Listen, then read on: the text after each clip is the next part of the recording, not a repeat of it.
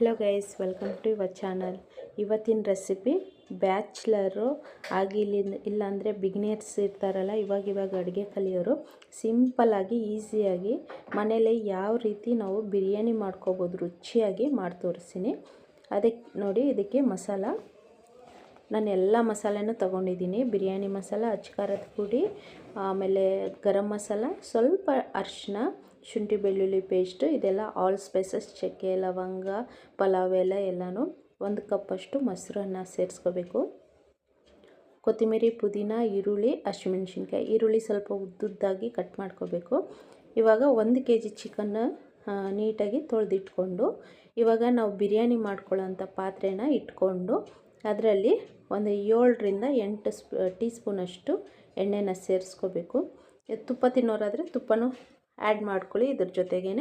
ಇವಾಗ ಎಣ್ಣೆ ಕಾದ ನಂತರ ನಾವು ಎಲ್ಲ ಮಸಾಲೆ ಅಂತ ಹೇಳಿದ್ನಲ್ಲ, ಮಸಾಲೆನ ಹಾಕಿಬಿಟ್ಟು ಇವಾಗ ಕಟ್ ಮಾಡಿರೋಂಥ ಈರುಳ್ಳಿ, ಹಸಿಮೆಣ್ಸಿನ್ಕಾಯಿ ಸೇರಿಸ್ಕೋಬೇಕು. ಈರುಳ್ಳಿ ಉದ್ದುದ್ದ ಕಟ್ ಮಾಡ್ಕೊಳ್ಳೋದ್ರಿಂದ, ಸಣ್ಣದಾಗಿ ಉದ್ದುದ್ದ ಕಟ್ ಮಾಡಿದ್ರೆ ಬಿರಿಯಾನಿಗೆ ತುಂಬಾ ಚೆನ್ನಾಗಿರುತ್ತೆ. ಅದು ಗೋಲ್ಡನ್ ಬ್ರೌನ್ ಕಲರ್ ಬರೋವರೆಗೂ ಫ್ರೈ ಮಾಡ್ಕೋಬೇಕು, ತುಂಬ ಚೆನ್ನಾಗಿರುತ್ತೆ.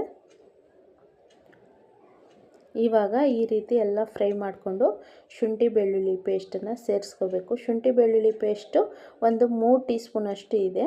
ಫ್ರೆಶ್ಶಾಗಿ ರುಬ್ಕೊಂಡು ಶುಂಠಿ ಬೆಳ್ಳುಳ್ಳಿ ಪೇಸ್ಟ್ ಆ್ಯಡ್ ಮಾಡ್ಕೊಳ್ಳೋದ್ರಿಂದ ತುಂಬ ಚೆನ್ನಾಗಿರುತ್ತೆ.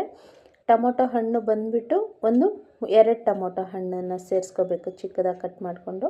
ಇದಕ್ಕೇ ಕೊತ್ತಂಬರಿ ಸೊಪ್ಪು, ಪುದೀನ ಸೊಪ್ಪು ಎಣ್ಣೆಗೆ ಹಾಕ್ಕೊಂಡು ಫ್ರೈ ಮಾಡ್ಕೋಬೇಕು. ಈ ರೀತಿ ನೋಡಿ ಚೆನ್ನಾಗೆಲ್ಲ ಬಾಡಿಸ್ಕೊಂಡು, ಇವಾಗ ನಾವೆಲ್ಲ ಮಸಾಲೆ ತಗೊಂಡಿದ್ವಲ್ಲ, ಧನಿಯಾ ಪೌಡ್ರು, ಅರಿಶಿನ, ಅಚ್ಕಾರದ ಪುಡಿ, ಬಿರಿಯಾನಿ ಮಸಾಲ ಎಲ್ಲನೂ, ಗರಂ ಮಸಾಲ ಇಷ್ಟನ್ನು ನೋಡಿಕೊಂಡು ಸೇರಿಸ್ಕೋಬೇಕು.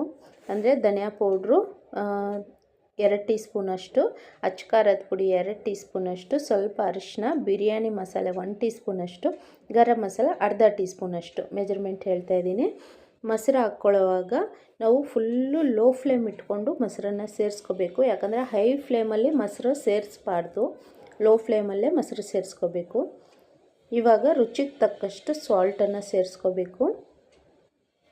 ಉಪ್ಪು ಖಾರ ನಮ್ಮ ರುಚಿಗೆ ತಕ್ಕಷ್ಟು ಸೇರಿಸ್ಕೋಬೇಕು ನೋಡಿಕೊಂಡು.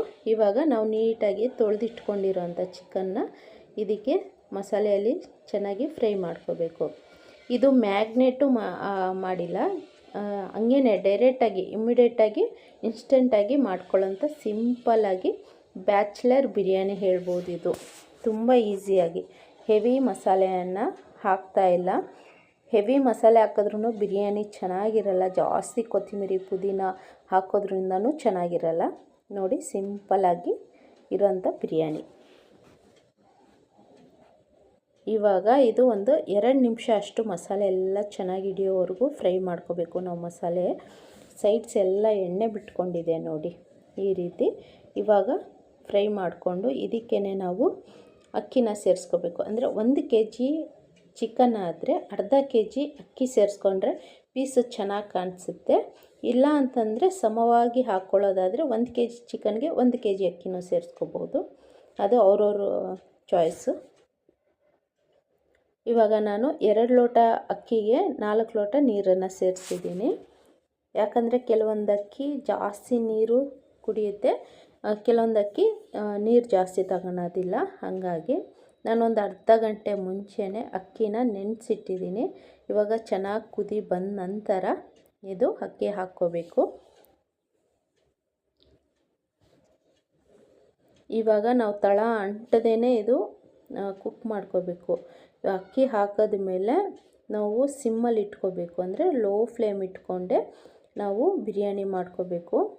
ಹಾಗಾಗಿ ಹೈ ಫ್ಲೇಮ್ ಇಟ್ಕೋಬಾರ್ದು. ಇವಾಗ ನೋಡಿ 90% ಬೆಂದಿದೆ. ಇವಾಗ ನೀಟಾಗೆಲ್ಲ ಮಿಕ್ಸ್ ಮಾಡಿಕೊಂಡು ನಾವು ತಳ ಅಂಟಬಾರ್ದು. ಕೆಳಗಡೆ ಬೇಕಂದರೆ ತಳ ಅಂಟುತ್ತೆ ಅಂತಂದರೆ ಒಂದು ಪ್ಯಾನ್ ಬರುತ್ತಲ್ಲ, ರೊಟ್ಟಿ ಪ್ಯಾನು, ಆ ಪ್ಯಾನ್ ಕೆಳಗಡೆ ಇಟ್ಬಿಟ್ಟು ಪಾತ್ರೆ ಇಟ್ಬಿಡಿ, ದಮ್ ಕೊಟ್ಬಿಡಿ, ತುಂಬ ಚೆನ್ನಾಗಿರುತ್ತೆ. ಇಲ್ಲ ಅಂದರೆ ಲೋ ಫ್ಲೇಮಲ್ಲಿ ಇಟ್ಬಿಟ್ಟು ಎಲ್ಲ ಮಿಕ್ಸ್ ಮಾಡಿಬಿಟ್ಟು ಲೋ ಫ್ಲೇಮಲ್ಲಿ ಒಂದು 5 ನಿಮಿಷ ಇಟ್ಬಿಟ್ರೆ ಸಾಕು. ತುಂಬ ಚೆನ್ನಾಗಾಗುತ್ತೆ. ಸಿಂಪಲ್ಲಾಗಿ ಯಾರು ಬೇಕಾದರೂ ಮಾಡ್ಕೋಬೋದು. ನಿಮಗೆ ಹೆವಿ ಅನಿಸೋದಿಲ್ಲ, ಜಾಸ್ತಿ ಮಸಾಲೆನೂ ಇಲ್ಲ. ನೋಡಿ ರೆಡಿಯಾಗಿದೆ ನಮ್ಮ ಚಿಕನ್ ಬಿರಿಯಾನಿ. ತುಂಬ ಅಂದರೆ ತುಂಬ ರುಚಿಯಾಗಿರುತ್ತೆ. ಸೇಮ್ ಮೆಥಡಲ್ಲಿ ಮಾಡಿ ನೋಡಿ, ತುಂಬ ಚೆನ್ನಾಗಿರುತ್ತೆ. ಹೆವಿ ಮಸಾಲೆ ಇರೋದಿಲ್ಲ. ಇದಕ್ಕೆ ಕಾಂಬಿನೇಷನ್ ನಾನು ಚಿಕನ್ ಕರಿ ಮಾಡಿದ್ದೀನಿ.